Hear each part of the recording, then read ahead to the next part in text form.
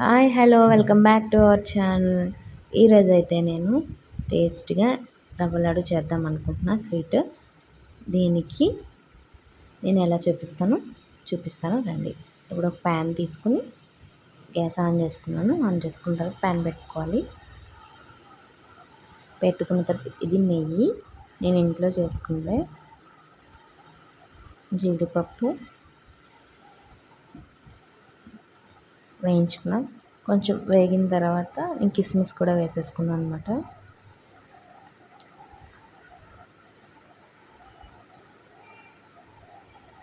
ఇది వేగిన తర్వాత తీసేసాను. ఈ స్వీట్ నేను మా చిన్న అత్తయ్య గారి దగ్గర నేర్చుకున్నాను అనమాట. నెక్స్ట్ దీంట్లో గోధుమ రవ్వ కూడా ఆ నెయ్యిలోనే వేసేసాను అనమాట. మరి కొంచెం నెయ్యి కూడా వేసుకోవచ్చు. మంచి కలర్ వచ్చినంత వరకు వేయించుకోవాలి.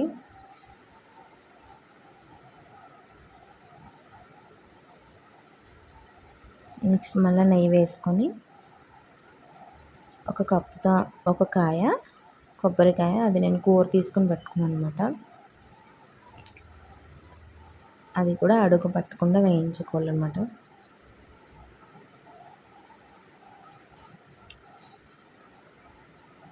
ఇది వేగింది కదా, ఇప్పుడు నేను దీంట్లోనే రవ్వ,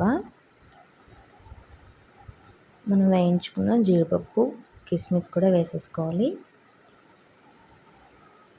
నేను ఒక కప్పు రవ్వ తీసుకున్నాను కాబట్టి ఒక కప్ అంతా పంచదార కూడా తీసేసుకున్నా. కొంచెం ఇలాచి, మరి కొంచెం నెయ్యి కూడా వేసాను అన్నమాట.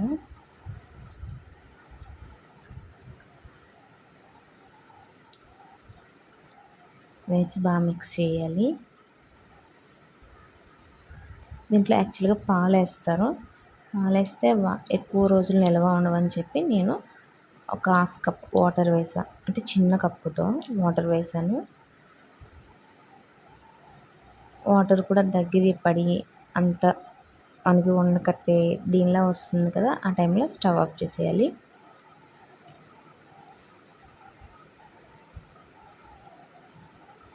పాకం అంతా బాగా వచ్చింది.